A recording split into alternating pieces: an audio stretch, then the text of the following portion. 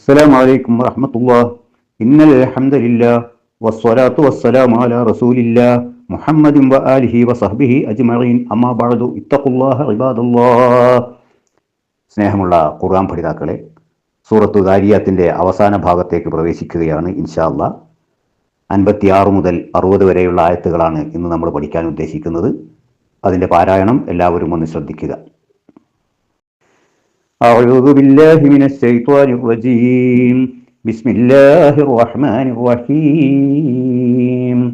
وما خلقت الجن والإنس إلا ليعبدون ما أريد منهم من رزق وما أريد أن يطعمون إن الله هو الرزاق ذو القوة المتين فإن للذين ظلموا ذنوبا مثل ذنوب أصحابهم فلا يستعجلون فويل للذين كفروا من يومهم الذي يوعدون.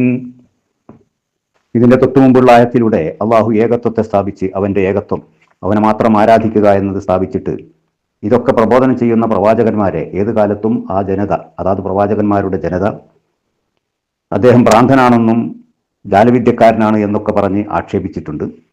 എക്കാലത്തും ഇങ്ങനെ തന്നെ ആക്ഷേപിക്കാൻ ഇവർ പരസ്പരം ഉപദേശിച്ചിട്ടുണ്ടോ എന്നൊക്കെ അള്ളാഹു ചോദിച്ചിരുന്നു. ശേഷം തുടർന്ന് അള്ളാഹു പറയുന്നത് 56-ാമത്തെ ആയത്തിൽ വമാ ഖലഖതുൽ ജിന്ന വൽ ഇൻസ ഇല്ലാ ലിയഅ്ബുദൂൻ. വമാ ഖലഖതു, ഞാൻ സൃഷ്ടിച്ചിട്ടില്ല, അൽ ജിന്ന, ജിന്നുവർഗത്തെയും, വൽ ഇൻസ, മനുഷ്യവർഗത്തെയും ഞാൻ സൃഷ്ടിച്ചിട്ടില്ല, ഇല്ലാ ലിയഅ്ബുദൂൻ, അവർ എന്നെ മാത്രം ആരാധിക്കുന്നതിന് വേണ്ടിയല്ലാതെ നാം ജിന്നിനെയും മനുഷ്യവർഗത്തെയും നാം സൃഷ്ടിച്ചിട്ടില്ല. അള്ളാഹു ഓർമ്മപ്പെടുത്തുക, മനുഷ്യവർഗത്തെയും ജിന്നുവർഗത്തെയും അള്ളാഹു സൃഷ്ടിച്ചതെന്തിനാ? അവനെ ആരാധിക്കുക എന്നതിന് വേണ്ടി, അവനെ മാത്രം ആരാധിക്കുക എന്നതിന് വേണ്ടി. ലിയഅ്ബുദൂനി എന്നാണ്. ലിയഅ്ബുദൂനി, എന്നെ മാത്രം, എന്നെ ആരാധിക്കുക. അത് നീ എന്നുള്ള യാ ഒഴിവാകുന്നതാണ് വഖഫിലാകുമ്പോൾ. എന്നാലും നൂനിന് കസർ തന്നെ ഉണ്ടാകുക. നമ്മൾ വഖഫിൽ ഓതുമ്പോൾ അബ്ദൂൻ എന്ന് വായിക്കുന്നേ ഉള്ളൂ. അപ്പോൾ എന്നെ ആരാധിക്കുക എന്ന ലക്ഷ്യം, ആരാധനകളൊക്കെയും ഏകനായ അള്ളാഹുവിനല്ലാതെ മറ്റാർക്കും സമർപ്പിക്കരുത് എന്ന ദൗത്യം നിർവഹിക്കുന്നതിന് വേണ്ടിയും അത് പ്രബോധനം ചെയ്യുന്നതിന് വേണ്ടിയും സ്വന്തത്തിലും കുടുംബത്തിലും എല്ലാം ഈ കാര്യം എത്തിച്ചു കൊടുക്കുന്നതിനും വേണ്ടിയല്ലാതെ നാം മനുഷ്യവർഗത്തെ സൃഷ്ടിച്ചിട്ടില്ല, ജിന്നുവർഗത്തെയും സൃഷ്ടിച്ചിട്ടില്ല എന്നാണ്. അപ്പോൾ മനുഷ്യന്റെ ഒന്നാമത്തെ ഉത്തരവാദിത്തമായിട്ട്, ജിന്നുവർഗത്തിന്റെയും ഒന്നാമത്തെ ബാധ്യതയായിട്ട് അള്ളാഹു ഓർമ്മപ്പെടുത്തുന്നത് അവനെ മാത്രം ആരാധിക്കുക എന്നതാണ്. ആരാധനകൾ എത്ര ചെറിയ അംശമാവട്ടെ, എത്ര വലിയതാവട്ടെ, ആരാധനയുടെ ഒരംശവും അള്ളാഹു അല്ലാതെ ഒരു സൃഷ്ടിജാലത്തിനും സമർപ്പിക്കാൻ പാടില്ല എന്നതാണ് അള്ളാഹുവിൻ്റെ നിശ്ചയം, അള്ളാഹുവിൻ്റെ മതം. ആ അള്ളാഹുവിനെ മാത്രം ആരാധിക്കുക എന്നതിനു വേണ്ടിയാണ് മനുഷ്യരെയും ജിന്നുകളെയും അള്ളാഹു സൃഷ്ടിച്ചിട്ടുള്ളത് എന്നാണ് അള്ളാഹുവിടെ ഓർമ്മപ്പെടുത്തുന്നത്. തുടർന്ന് അള്ളാഹു പറയുന്നുണ്ട് ഇതിൻ്റെ തന്നെ ബാക്കിയായിട്ട് 57-ാമത്തെ ആയത്തിൽ. അവരോട് 57-ാമത്തെ ആയ അള്ളാഹു പറയുക, മാ ഉരീദു മിൻഹും മിർ റിസ്ഖിൻ വമാ ഉരീദു അൻ യുത്ഇമൂൻ എന്നല്ല പറയാ. എന്നെ അവനെ മാത്രം ആരാധിക്കുന്നതിന് വേണ്ടിയാണ് സൃഷ്ടിച്ചിട്ടുള്ളത്. എന്നാൽ അള്ളാഹു എന്തെങ്കിലും അങ്ങോട്ട് ആവശ്യപ്പെടുന്നുണ്ടോ മനുഷ്യരോട് എന്നാണ് അള്ളാഹു തുടർന്ന് പറയുന്നത്. മാ ഉരീദു, ഞാൻ ഉദ്ദേശിക്കുന്നില്ല, ഐ മിൻഹും, അവരിൽ നിന്ന് ഞാൻ ഉദ്ദേശിക്കുന്നില്ല, മിർ റിസ്ഖിൻ, ഒരു ഉപജീവനവും ഒരാഹാരവും ഞാൻ മനുഷ്യരിൽ നിന്ന് അല്ലെങ്കിൽ ജിന്നുകളിൽ നിന്ന് ഞാൻ പ്രതീക്ഷിക്കുന്നില്ല, ഞാൻ ആവശ്യപ്പെടുന്നുമില്ല. മിൻഹും, അവരിൽ നിന്ന്, മിർ റിസ്ഖിൻ, ഒരു ഉപജീവനവും ആവശ്യപ്പെടുന്നില്ല. വമാ ഉരീദു, ഞാൻ ആവശ്യപ്പെടുന്നില്ല അല്ലെങ്കിൽ ഉദ്ദേശിക്കുന്നില്ല, അൻ യുത്ഇമൂനി, എന്നെ ഭക്ഷിപ്പിക്കണമെന്നും ഞാൻ അവരോട് ആവശ്യപ്പെടുന്നില്ല. അള്ളാഹുവിന് അങ്ങനെ ഒരു ഉദ്ദേശമില്ല.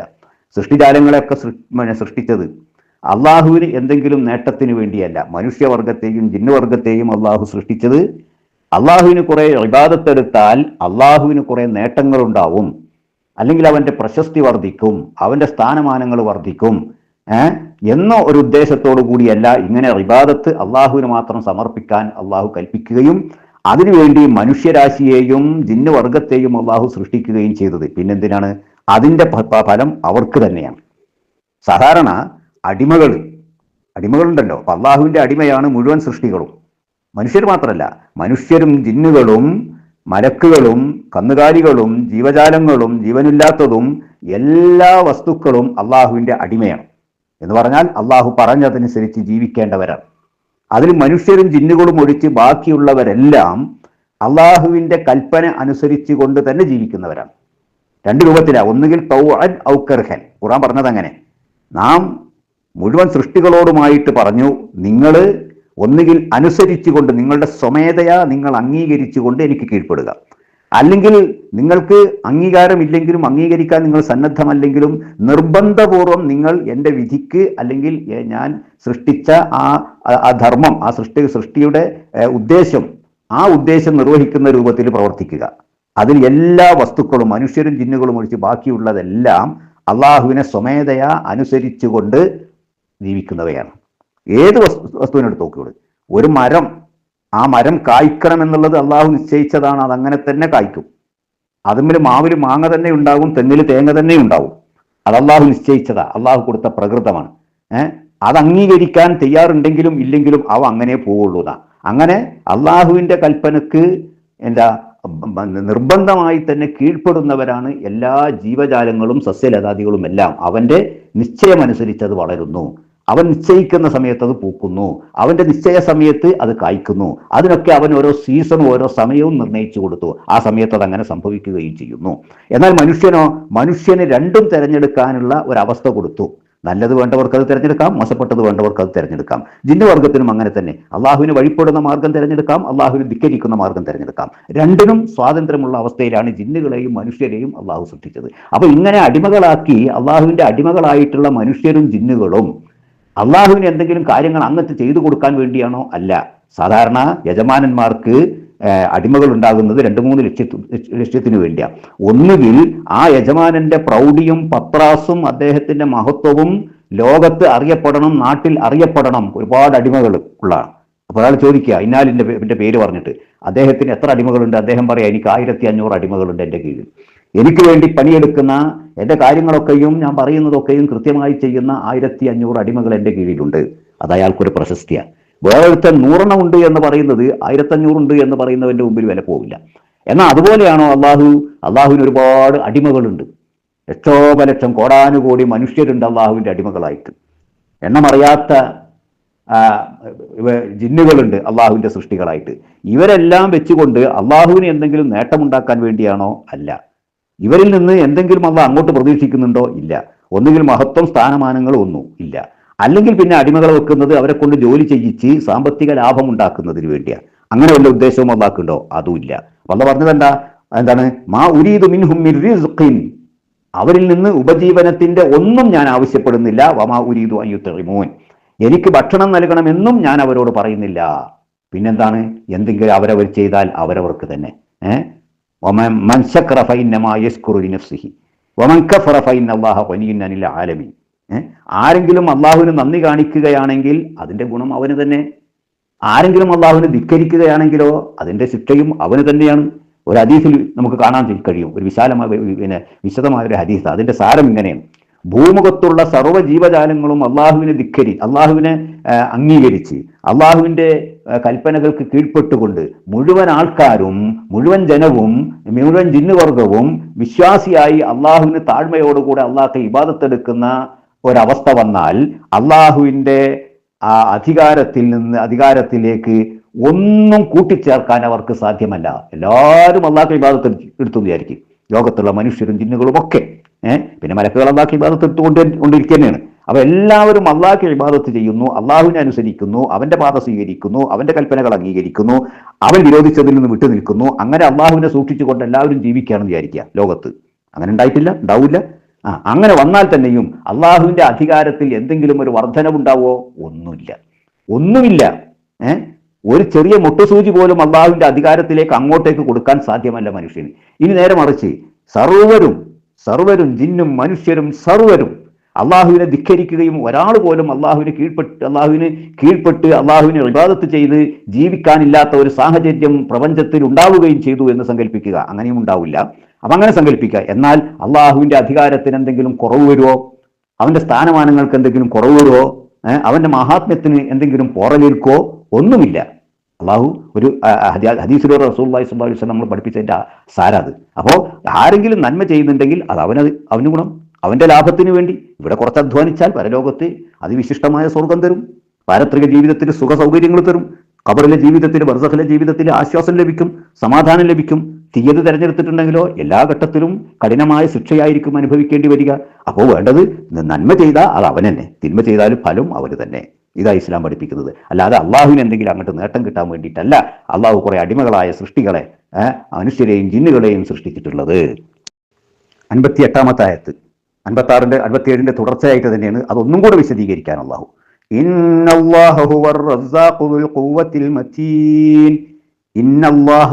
തീർച്ചയായും അള്ളാഹു ഹുവ അവനാകുന്നു, അർ റസ്സാഖു ഉപജീവനം നൽകുന്നവൻ, ദുൽ ഖുവ്വത്തി ശക്തിയുള്ളവനും, അൽ മത്തീൻ ബലവത്തായവനും അള്ളാഹു തന്നെയാകുന്നു.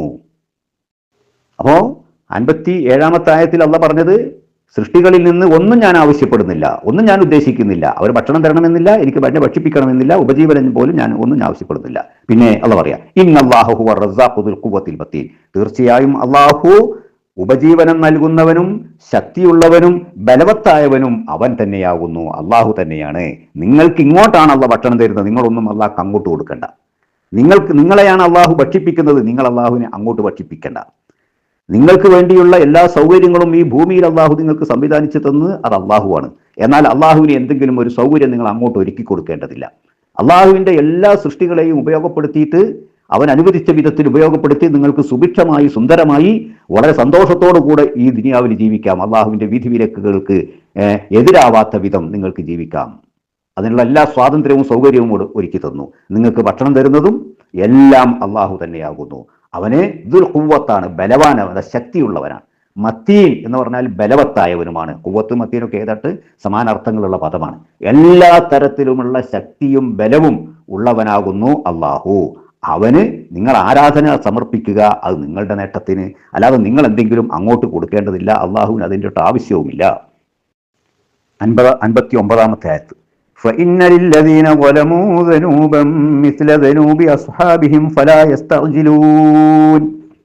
فإن തീർച്ചയായും ലില്ലദീന ഒരു കൂട്ടർക്കുണ്ട്, വലമു അക്രമം ചെയ്തിട്ടുള്ള വിഭാഗത്തിന്, അക്രമം ചെയ്ത ആൾക്കാർക്ക് അഥവാ അക്രമികൾക്കുണ്ട്, ദനൂബൻ പങ്കുണ്ട്, വിഹിതമുണ്ട്, ശിക്ഷയുടെ ഒരു പങ്കുണ്ട് എന്ന്. മിസ്ല ദനൂബി പങ്കുപോലെ, അസ്ഹാബിഹിം അവരുടെ ആൾക്കാരുടെ അല്ലെങ്കിൽ അവരുടെ കൂട്ടാളികൾക്ക് ലഭിക്കുന്ന പങ്കുപോലെയുള്ള ഒരു പങ്ക് ഈ ധിക്കാരികളായ അക്രമികൾക്കുമുണ്ട്. ഫലാ യസ്തഅ്ജിലൂൻ, എന്നോടവർ അതിനുവേണ്ടി ധൃതി കാണിക്കാതിരിക്കട്ടെ. അള്ളാഹു പറയാണ്. എന്താ പറഞ്ഞത്? അക്രമി എന്ന് പറഞ്ഞാൽ ഏറ്റവും വലിയ അക്രമം ശിർക്കാണ്. ഇന്ന ശിർക ലദുൽമുൻ അദീം, തീർച്ചയായും ശിർക്ക് ഏറ്റവും വലിയ അക്രമമാകുന്നു. ക്രമം തെറ്റുന്നതൊക്കെയാണ് അക്രമം. ക്രമം അള്ളാഹുവിനെ മാത്രം ആരാധിക്കുക എന്നാണ്. അക്രമം അള്ളാഹുവിനെ വിട്ടോ വിടാതെയോ മറ്റ് പലതിനെയും ആരാധിക്കുക എന്നതാണ്. അള്ളാഹുവിനോടൊപ്പവുമാകാം, അള്ളാഹു ഇല്ലാതെയുമാകാം, രണ്ട് തരത്തിലും ഉണ്ട്. അള്ളാഹുവിനെ തള്ളിപ്പറഞ്ഞുകൊണ്ട് മറ്റു ചില വിഗ്രഹങ്ങളെ ആരാധിച്ചേക്കും. അള്ളാഹുവിനെ ആരാധിക്കുന്നതോടൊപ്പം മറ്റു മഹാത്മാക്കളെയും വിഗ്രഹങ്ങളെയും അവരെയും ആരാധിച്ചേക്കും. എല്ലാം തെറ്റ് തന്നെ, എല്ലാം വലിയ ശിക്ഷയും എല്ലാം വലിയ അക്രമവുമാണ്.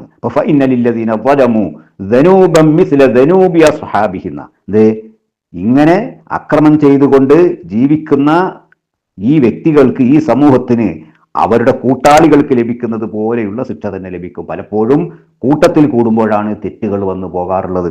ഒരു സംഘത്തിൽ ചെന്നുപെട്ടാൽ പിന്നെ അവരൊക്കെ ചെയ്യുന്നതിനനുസരിച്ചൊക്കെ അങ്ങ് നിന്നുകൊടുക്കുക എന്നല്ലാതെ വേറെന്ത് ചെയ്യാനോ? കുറച്ച് കഴിയുമ്പം അവരുടെ തൃപ്തിക്ക് വേണ്ടി മറ്റവനും മനസ്സില്ലെങ്കിലും മറ്റവനും ഒന്ന് ആരാധിച്ചു കൊടുക്കുക, ഒന്ന് പ്രാർത്ഥിച്ചു കൊടുക്കുക, ഒന്ന് നിന്നു കൊടുക്കുക, ഒന്ന് തല വെച്ചു കൊടുക്കുക, ഒന്ന് കൈ നീട്ടിക്കൊടുക്കുക, അല്ലേ? ഇതൊക്കെ അല്ലേ നമ്മൾ കാണുന്നത്. പല ക്ഷേത്രങ്ങളിലും പോയിട്ട് ഹൈന്ദവ ആചാരം അനുസരിച്ചുള്ള പൂജകൾ നിർവഹിക്കുന്നു മുസ്ലിം സ്ത്രീകൾ, പർദ്ദയിട്ട സ്ത്രീകൾ. നമ്മൾ കാണുന്ന കാഴ്ചയാണ്. പർദ്ദയിട്ട സ്ത്രീകൾ പല സ്ഥലത്തും പോയി വിഗ്രഹത്തിന്റെ മുമ്പിൽ പൂജകൾ അർപ്പിക്കുന്നു. അവിടെ നിന്ന് കാർമികൻ ആവശ്യപ്പെടുന്ന വിധത്തിലുള്ള കർമ്മം അവർ ചെയ്യുന്നു, അവരെ കൊണ്ട് ചെയ്യിക്കുന്നു. നെറ്റിയിൽ തിലകം ചാർത്തിക്കൊടുക്കുന്നു, അല്ലേ? നിങ്ങൾ ആലോചിച്ച് നോക്ക്. നിലവിളക്കിന് ചുറ്റും പ്രദക്ഷിണം ചെയ്യിക്കുന്നു. നിലവിളക്കിന്റെ തിരി കത്തിക്കാൻ ആവശ്യപ്പെടുന്നു. അതെല്ലാം സന്തോഷത്തോടെയോ അല്ലെങ്കിൽ ചെന്ന് പെട്ടതുകൊണ്ട് ചെയ്തു പോവുകയോ ഒക്കെ ചെയ്യുന്ന എത്രയോ അവസ്ഥകളുണ്ട്. നമ്മൾ ആലോചിച്ച് നോക്കി. ഇങ്ങനെ അതൊക്കെ ഒരു കൂട്ടത്തിൽ കൂടിയത് കൊണ്ട് അങ്ങനെ ആയിപ്പോയതാണ്. കൂട്ടത്തിൽ കൂടിയാൽ കോടരുതല്ലോ, അല്ലെ? അപ്പൊ കൂട്ടം കോടാതിരിക്കാൻ വേണ്ടിയിട്ട് ഒന്നിച്ച് നിന്നു കൊടുത്തതാണ് എന്നൊന്നും പറഞ്ഞത് കൊണ്ട് കാര്യമില്ല. ആ കൂട്ടാളികൾ നിങ്ങൾക്ക് ആർക്ക് വേണ്ടി ഒപ്പം നിന്നു കൊടുത്തോ ആ കൂട്ടാളികൾക്ക് ലഭിക്കുന്ന ശിക്ഷക്ക് സമാനമായ ശിക്ഷയുടെ ശിക്ഷ അത് നിങ്ങൾക്കും ലഭിക്കുക തന്നെ ചെയ്യും. ഇവിടെ ദനൂബ് എന്ന് പറഞ്ഞാൽ കൃത്യമായ വാക്കർത്ഥം നമ്മൾ വെള്ളം മുക്കാൻ ഉപയോഗിക്കുന്ന പിന്നെ ബക്കറ്റിനാണ് നമ്മൾ പറയാ, തൊട്ടിയിൽ എന്നൊക്കെ പറയില്ല ചിലര്, ബക്കറ്റിനാണ് പ്രയോഗിക്കാറുള്ളത്. അത് പ്രയോഗിക്കാനുള്ള കാരണം ബക്കറ്റിൽ മുക്കുമ്പോൾ ഒരളവാണത്, ഒരു 10 ലിറ്റർ ബക്കറ്റ്, 5 ലിറ്റർ ബക്കറ്റ്.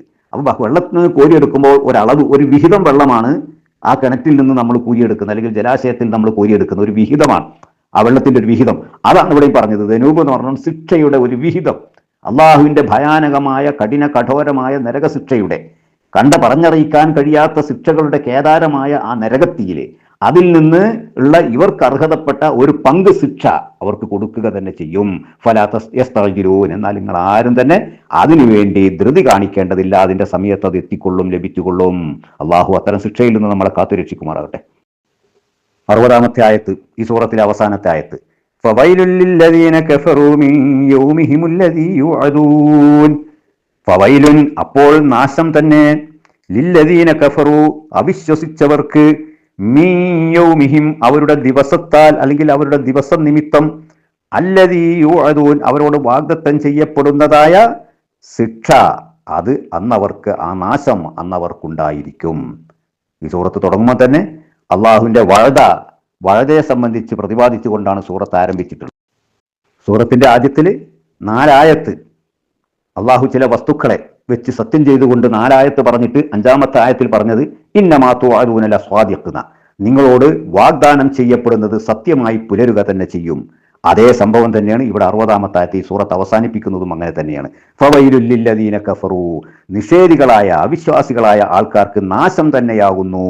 മിൻ യൗമിഹിമുല്ലദീ യുഅദൂൻ, അവർക്ക് വാഗ്ദാനം ചെയ്യപ്പെട്ടിട്ടുള്ള ആ ദിവസം നിമിത്തമുള്ള നാശം, ആ ദിവസത്തിലുണ്ടാകുന്ന നാശം തീർച്ചയായും അത് സംഭവിക്കുക തന്നെ ചെയ്യും. ആ നിഷേധികള്, ആ അക്രമികളായ നിഷേധികള്, അവർക്ക് നരകത്താലുള്ള നാശം തന്നെയായിരിക്കും വരാനുള്ളത് എന്ന് പറഞ്ഞുകൊണ്ട് അള്ളാഹു ഈ സൂറത്ത് അവസാനിപ്പിച്ചിരിക്കുകയാണ്. അൽഹംദുലില്ലാഹ്, അള്ളാഹുവിന്റെ തൗഫീഖ് കൊണ്ട് നമുക്ക് ഈ സൂറത്ത് ഇന്നിവിടെ പൂർത്തിയാക്കാൻ സാധിച്ചു. കൂടുതൽ പഠിക്കുക, കൂടുതൽ ഉയരുക. ഖുർആനാണ് നമ്മുടെ വഴികാട്ടി, ഖുർആനാണ് നമ്മുടെ ഇമാമ്. ഖബറിൽ ചോദ്യമുണ്ട്, നിന്റെ ഇമാം ഏതാണ്, നിന്റെ ഇമാം ഏതാണ് എന്ന് ഖബറിൽ വെച്ചുള്ള ആദ്യത്തെ ചോദ്യം മനുഷ്യന്റെ, മനുഷ്യൻ ഖബറിൽ എത്തിക്കഴിഞ്ഞാൽ ആദ്യം നടക്കുന്ന ചോദ്യങ്ങളുണ്ട്, 4-5 ചോദ്യം. ആ ചോദ്യത്തിലൊന്നാണ് നിന്റെ ഇമാം ഏതാണ്, വമാ ഇമാമുക, നിന്റെ ഇമാം ഏതാണ്. അതിന്റെ ശരിയായ ഉത്തരം അൽ ഖുർആനു ഇമാമി, ഖുർആനാകുന്നു എന്റെ ഇമാമ്. ഇത് ചിലര് ഒരു ബിദ്അത്ത് എന്ന നിലക്ക് മരിച്ചു കഴിഞ്ഞ് ഖബറടക്കി കഴിഞ്ഞാൽ ഖബറിന്റെ അടുക്കൽ ഇരുന്നിട്ട് തെളിത്തേം ചെല്ലുക എന്നും പറഞ്ഞിട്ട് ഏർപ്പാടുണ്ട്. പറഞ്ഞു കൊടുക്കുക. അള്ളാഹുവിനോട് ദുആ ചെയ്യുന്നതിന് പകരം ആ മരിച്ചു കിടക്കുന്ന മയ്യത്തിനോട് യബ്ന അമത്തില്ല, ഇന്നാലിന്ന അടിമ സ്ത്രീയുടെ, ഇന്നാലിന്ന അടിയാത്തിയുടെ മകനെ അല്ലെങ്കിൽ മകളെ, നീ ഇപ്പൊ എത്തിപ്പെട്ടതൊക്കെ നിനക്ക് മനസ്സിലായില്ലേതാ, ഇനിയിപ്പൊ തന്നെ വരും മലക്കുകള്. എന്നിട്ട് അവർ നിന്നോട് ചോദിക്കും റബ്ബാരാണ് നബി ആരാണെന്നൊക്കെ ചോദിക്കും. അതിലുള്ളൊരു ചോദ്യമുണ്ട്, എന്താ നിന്റെ ഇമാം ഏതാണ്, നീ പറയണം, ഉത്തരം പറയണം. എന്റെ ഇമാം ഖുർആനാകുന്നു. ദുനിയാവിൽ ആരാ ഇമാം എന്ന് ചോദിച്ചാൽ പല മദ്ഹബിന്റെ ആൾക്കാരെ പേരാ പറയാ, എന്റെ ഇമാം ഇന്ന ആളാണെന്നുള്ളത്. എന്നാൽ മരിച്ചു കഴിഞ്ഞാൽ പറഞ്ഞു കൊടുക്കുന്നത് അങ്ങനെയല്ല പറയേണ്ടത്. അത് ഇഹലോകത്തൊക്കെ നമ്മൾ അങ്ങനെ ചില ചപ്പടി വദ്യൊക്കെ കളിച്ചിട്ടുണ്ടാവും. പക്ഷെ അതൊന്നും ചുമ്മാ മലക്കളുടെ മുമ്പിൽ വില പോകില്ല. മലക്കളുടെ മുമ്പിൽ നിന്റെ ഇമാം ഏതാണ് എന്ന് പറഞ്ഞാൽ നീ ഖുർആനാണ് എന്ന് പറഞ്ഞേക്കണം എന്നാ പറഞ്ഞു കൊടുക്കുന്നത്. ആ മരിച്ചിട്ട് കേൾക്കുവോ, പറഞ്ഞു കൊടുത്താൽ അത് ഉപകരിക്കുവോ? അങ്ങനെ അങ്ങനെ ഇവിടുന്നാണ്ട് പറഞ്ഞു കൊടുത്തിട്ട് ഖബറിന്റെ മേലെ നിന്നിട്ട് പറഞ്ഞു കൊടുത്തിട്ട് അത് ഉപകാരപ്പെടുവാടെ. ഖുർആൻ അനുസരിച്ച് ജീവിച്ചാൽ, ഖുർആൻ ഉൾക്കൊണ്ടാൽ, അത് ജീവിതത്തിലെ ഇമാമായി ഖുർആനെ സ്വീകരിച്ചാൽ അവിടെ ഖബറിൽ ചെല്ലുമ്പോൾ അള്ളാഹുവിന്റെ ഫള് കൊണ്ട്, അവന്റെ ഔദാര്യം കൊണ്ട് ഉത്തരം കിട്ടും. കൃത്യമായി പറഞ്ഞു കൊടുക്കാനും സാധിക്കും. അതുകൊണ്ട് ഖുർആൻ കൂടുതലായി പഠിക്കുക. അള്ളാഹു അനുഗ്രഹിക്കുമാറാകട്ടെ. വാഹിർ ദഅവാനാ അനിൽ ഹംദുലില്ലാഹി റബ്ബിൽ ആലമീൻ. വസ്സലാമു അലൈക്കും വറഹ്മത്തുള്ളാഹി.